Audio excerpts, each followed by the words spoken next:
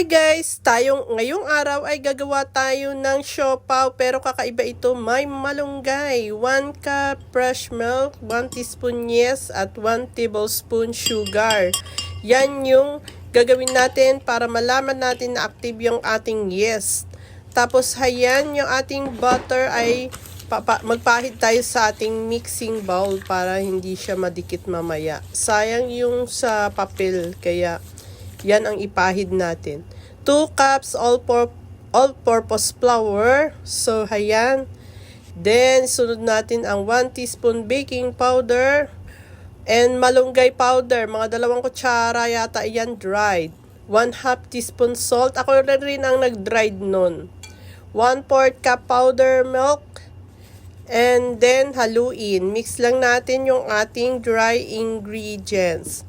So, yung malunggay, matagal na yan sa freezer. Drenide ko lang yun. So, pinatuyo ko sa init. And then, hayon. Pinino ko na. Nilagay ko sa grinder. 1 tablespoon butter. So, unsalted ang gamit ko. 1 egg, medium size. Yan yung ating wet ingredients. Pagsama-samahin lang natin yan. Okay, tapos ibubuo na natin dun sa ating dry ingredients. Pero dahan-dahan lang kung wala kayong masyadong harina at baka maging basa ang inyong yung mixer nyo, yung butter nyo. Pero kung marami naman kayo harina at kung basa pa, ay pwede nyong dagdagan. Hanggang sa makuha nyo ang inyong gustong lambot. So, hayan, i-mix natin ng 10 minutes hanggang mag-elastic yung kanyang dough.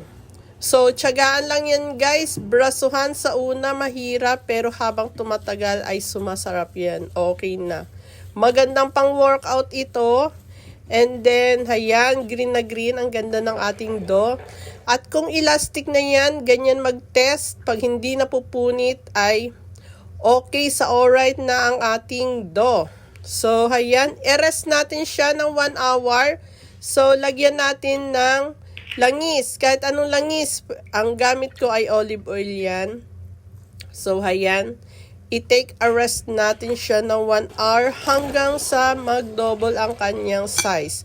Lagyan natin ng cover para hindi mag-dry yung kanyang dough.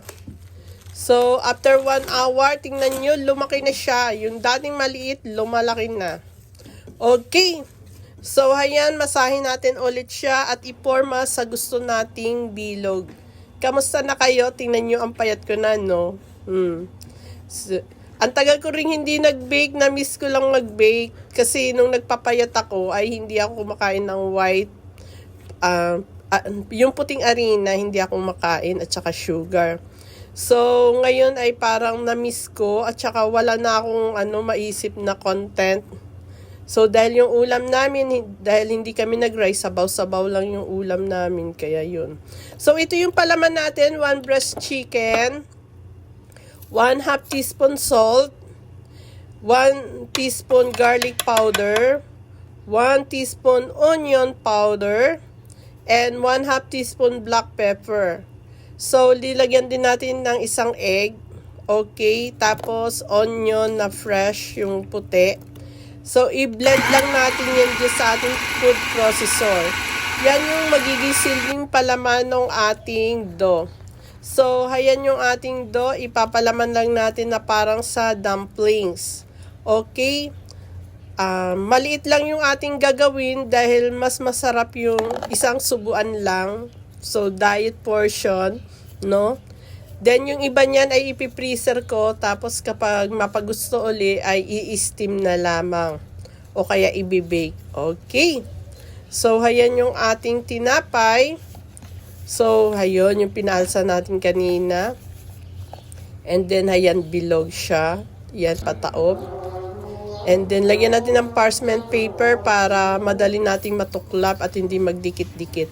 Okay, hayan na. I-rest natin ng 1/2 hour. Kalahating oras ang resting time.